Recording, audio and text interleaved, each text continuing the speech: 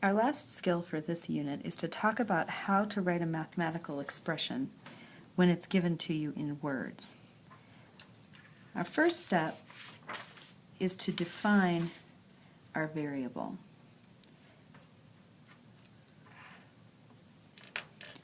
So by defining the variable, we're defining the unknown.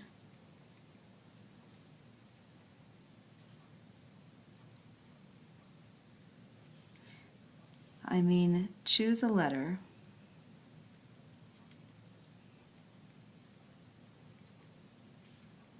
to use for your variable.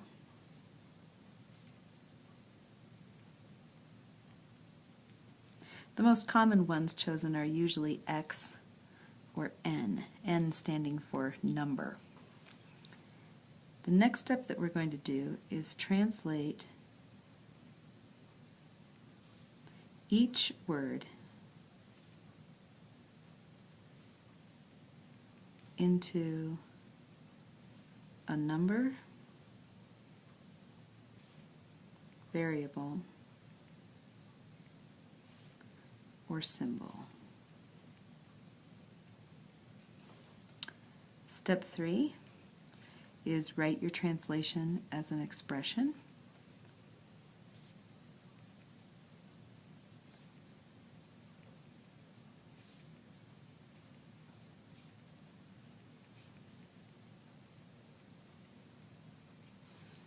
And then step 4, check to make sure it makes sense.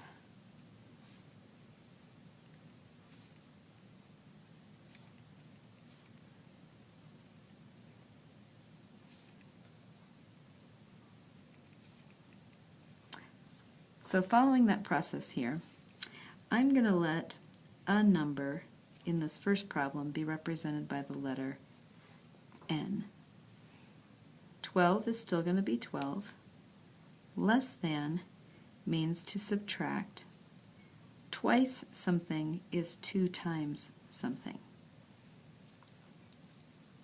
So 12 less than 2n. The temptation would be to just squish this together and write 12 minus 2n. But let's talk for a minute about what the words less than mean. If I say that my age is 30 years less than my mom's, I'd have to know my mom's age first before I could take 30 years away from it. So this part of the term actually has to come first. That the 2n is what we're starting with, and then we want to have 12 less than that 2n. So these two terms are actually going to change places when we go to write it as an expression. This word number actually belongs over here with this problem. So we'll tag it on the end. The sum means to add something. And the things that we're going to add are our a number again. This time let's use x to represent it. And 6 times that same number. Since it says same number, we can use the same letter for it as we used for the original number. So we're finding out what the sum is of x and 6 times x. So we'll write this as x plus 6x. Remembering that we don't need to write an operation for multiplication. 6 next to x means 6 times x. A couple more down here to look at. 4 times a number. And we'll go back to n. That 4 times a number is getting divided by 7. Usually, when we write division in algebra, the most common way you'll see it written is with the fraction bar.